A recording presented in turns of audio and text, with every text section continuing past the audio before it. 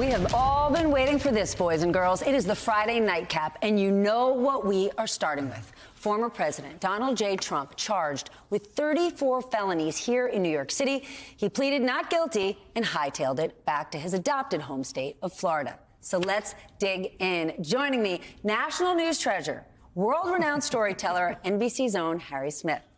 Callan Rosenblatt, internet culture reporter for NBC News. You know our next guest, Andrew Yang, co-chair of the Forward Party, former presidential candidate and math enthusiast, and Tim O'Brien is here. He has been here all week. Bloomberg Opinion senior executive editor, MSNBC analyst, and author of Trump Nation, The Art of Being the Donald. We have a lot to cover. We do. This week, obviously, Donald Trump, his entire story has been ground zero here at 30 Rock. It's all we're thinking about. But Harry, I turn to you first. You travel across the country. You talk to people from every walk of life. How is this news being absorbed in the country? Well, think about it. You have this very, very liberal city and a grand jury in a very, very liberal city and an elected district attorney. And they come up with this, how many indictments? 34. 34. Felonies. Unreadable, Class E, sort of pretend felonies. They're not like real felonies. And it feels like a very kind of predictable, like, oh, see, there they go. And it's not like the guy's been impeached twice, was acquitted twice.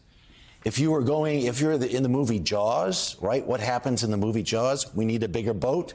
This feels like a little tiny rowboat. When you I'm talking about farmers, coaches. I'm thinking of all the human interest stories you tell us. Right. Are they paying attention? Are they going, it's just Washington? Many, and some are not. I think about all this stuff a lot, and I go out in that world, and I spend so much time in that world, and honestly, these kinds of things don't come up all that often. Right. That's what's so amazing. How about with our younger audience, right? You live on social media. You cover the TikTok generation. How are they taking this? Well, Stephanie, I think back to 2020, and Donald Trump was sort of the political awakening for a lot of young people, and we saw things like Gen Z for Change sort of pop up because of Trump. It's kind of radio silence on TikTok.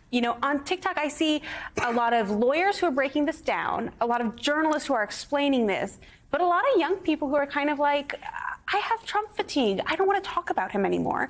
Even Gen Z for Change, I haven't seen them post one video about this indictment yet. So I think it's safe to say that they have bigger fish to fry. They're concerned about climate change, gun reform. That's what they want to talk about right now, not so much Donald Trump, the former president's indictments. And we're going to. Andrew, one of the reasons this Forward Party was born is people's fatigue with the two parties. But does this help what you're trying to do? Hurt it? What happens? Well, I think this points out how disconnected from most Americans the two-party system pushes the primary electorate. Because if you look at the data, Trump's hand got stronger in the Republican primary because of this indictment. He raised over $10 million, including... According to him. He says. He says. Just from the data, and not just from him, but also the polling.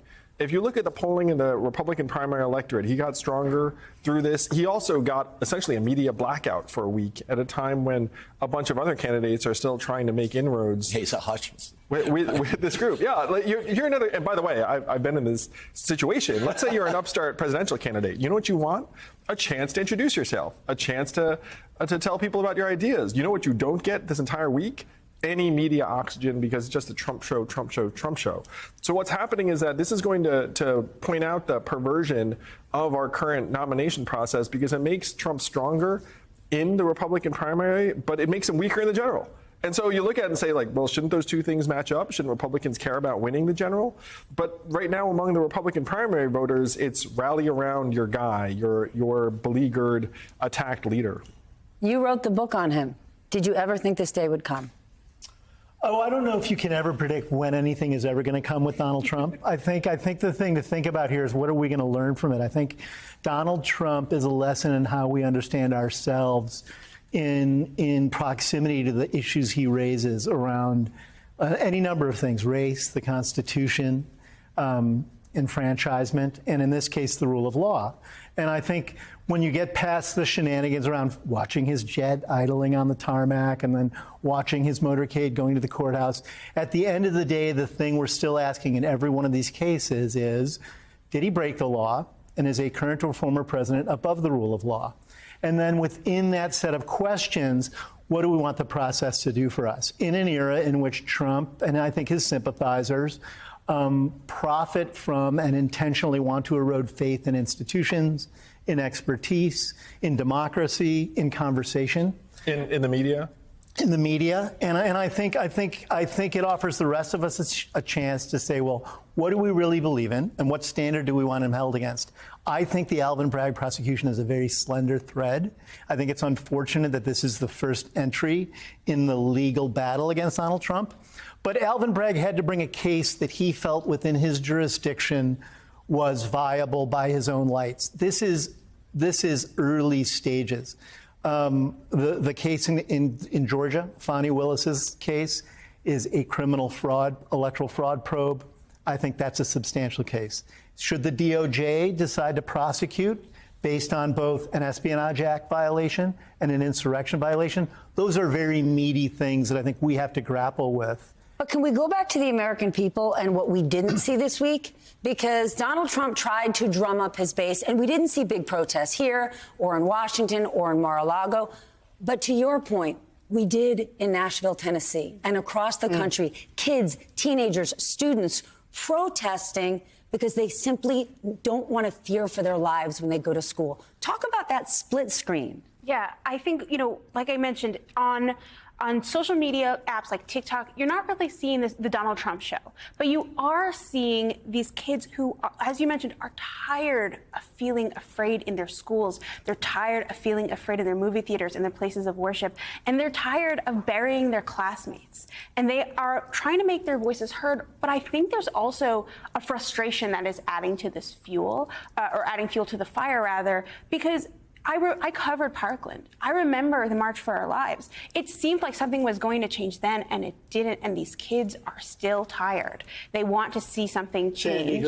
Sandy Hook. But those were younger kids. Those were much tinier kids who couldn't go out and protest. But it never stops, and they're sick of this. So they want to make their voices heard. They're really frustrated. This is what they're talking about on TikTok. This is what they're saying. Call your officials if you are a resident of Tennessee. Make your voices heard. Call your official if you're not a resident of Tennessee.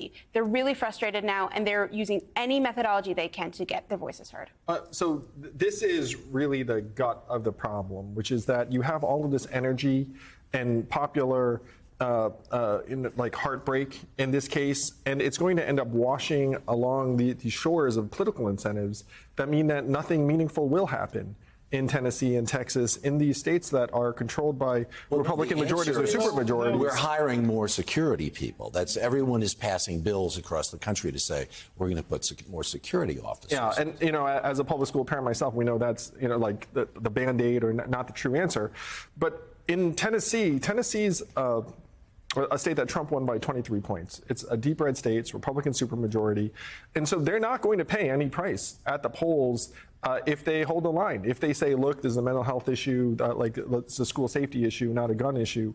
And so you're going to see youthful passion, energy, not just, parents too. Like Americans are going to look up and say, why can we not change things? Andrew, that's what they were saying about Wisconsin for a long time, that the GOP had gotten control of the state legislature in Wisconsin.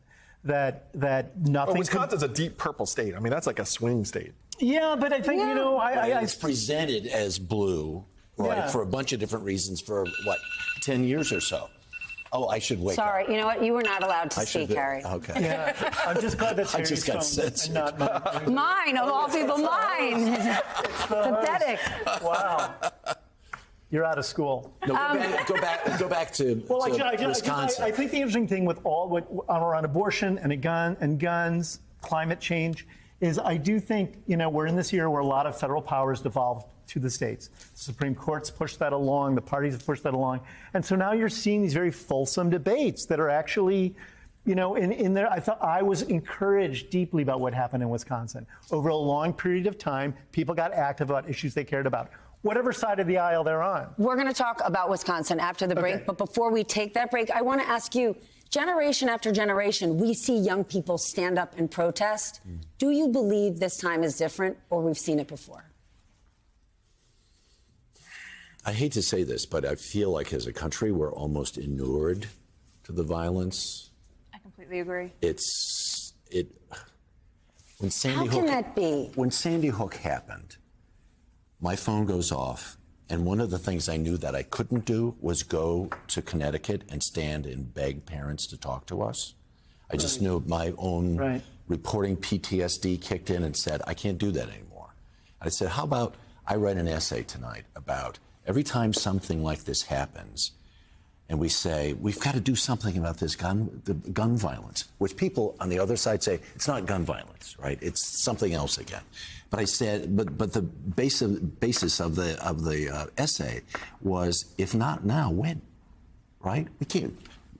After Las Vegas, after whatever the shooting was. Could you it's take like, that now's essay not the out of a time. drawer today, And write change the date, and write today's date? Exactly Would it be the same? Exactly the same. So that's why I'm not. But isn't there any number of public issues that we debate? You could say that about abortion has been a ping pong ball for a long time. Pollution and climate change. I think change takes a long time. Last point to you. So you're seeing these institutions that are unresponsive to popular will, and that's going to get worse, not better. If you are a Republican office holder right now, you don't need to listen to the average American. Who do you need to listen to? The 10 to 12% of the most extreme people in your district who are voting in your primary. That's how you're going to keep your job. You have a 94% re-election rate for incumbent members of Congress because 90% of these districts are now uncompetitive in the general election. You do not need to listen to the American people anymore. And if we don't change that, we're just going to continue to get frustrated. And your article, unfortunately, is going to be something that's relevant time and again. Or more people need to vote in the primaries. This team is sticking around. Our Friday Nightcap shares their MVPs of the week, and the 11th hour continues.